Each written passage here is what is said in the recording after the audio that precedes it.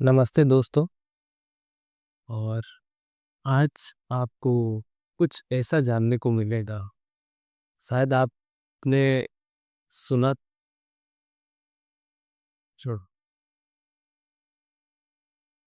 नमस्ते दोस्तों, क्या आपको पता है कि आपके जीवन में जो 90% दुख और नाटक चलते रहते हैं, वो इसलिए होते हैं क्योंकि हम दूसरों की बातों को दिल पर ले लेते हैं, या फिर हम सॉरी सॉरी सॉरी सॉरी फिर से शुरू करते नमस्ते दोस्तों, क्या आपको पता है कि आपके जीवन में आपके 90% दुख और समस्याएं सिर्फ इसलिए होते हैं क्योंकि हम दूसरों की बातों को दिल पर ले लेते हैं, या फिर हम दिमाग में ही कुछ कहानियां बना लेते हैं।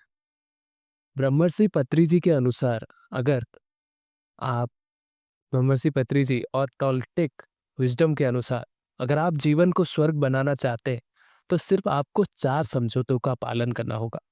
और साथ ही आज हम समझेंगे आध्यात्मिक विज्ञान का वो फॉर्मूला जो गारंटी देता है कि अगर आपका इनपुट सही है तो आउटपुट में खुशी ही मिलेगी। तो चलिए जीवन जीने की इस आर्ट और साइंस को डिकोड करते हैं।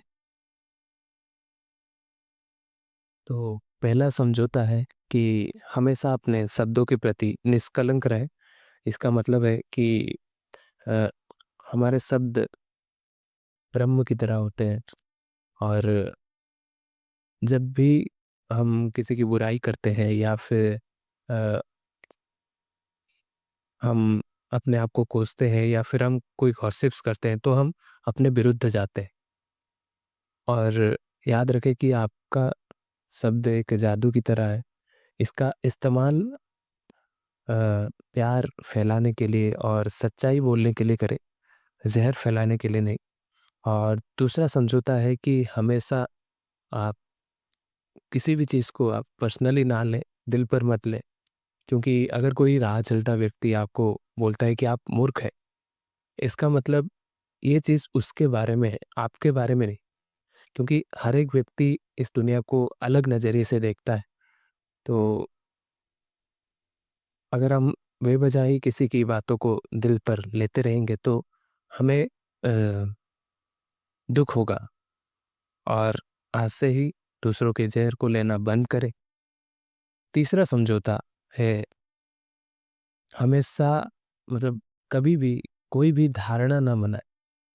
हम अक्सर ये सोच लेते हैं कि सामने वाला क्या सोच रहा होगा, और हम उसी के मुताबिक अपनी काल्पनिक प्रतिछवि को, काल्पनिक चित्र को सच मान लेते हैं, उसी पर विश्वास कर लेते हैं। तो इसका इलाज क्या है कि हमें सवाल पूछना है। सवाल पूछिए, चीज़ों को स्पष्ट करें। और जब हम चीज़ों को स्पष्ट कर लेते हैं तब हम पूरी सच्चाई पता चलती।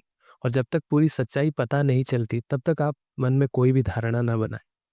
और चौथा है, हमेशा अपना बेस्ट दें, हमेशा अपना सर्वश्रेष्ठ दें। ये नियम ही बाकी तीनों नियम को लागू करेगा। याद रखें कि आपका बेस्ट हमेशा एक जैसा नहीं हो सकता, क्योंकि जब आप बीमार होते हैं तो उस समय आपका बेस्ट कुछ और होता है, और जब आप ऊर्जा से भरे होते हैं तो आपका बेस्ट कुछ और होता है।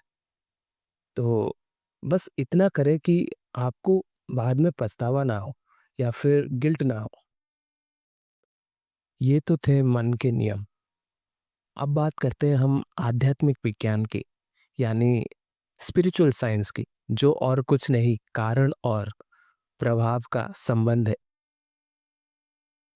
जैसे एक केमिस्ट्री लैब में हम ए और बी को मिलाते हैं एक निर्धारित तापमान और दबाव पर, तब हमें सी और डी मिलता है।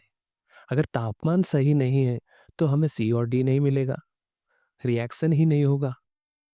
इसी तरह हम अपने जीवन में सी और डी तो चाहते हैं, यानी अच्छा स्वास्थ्य, खुशी, शांति।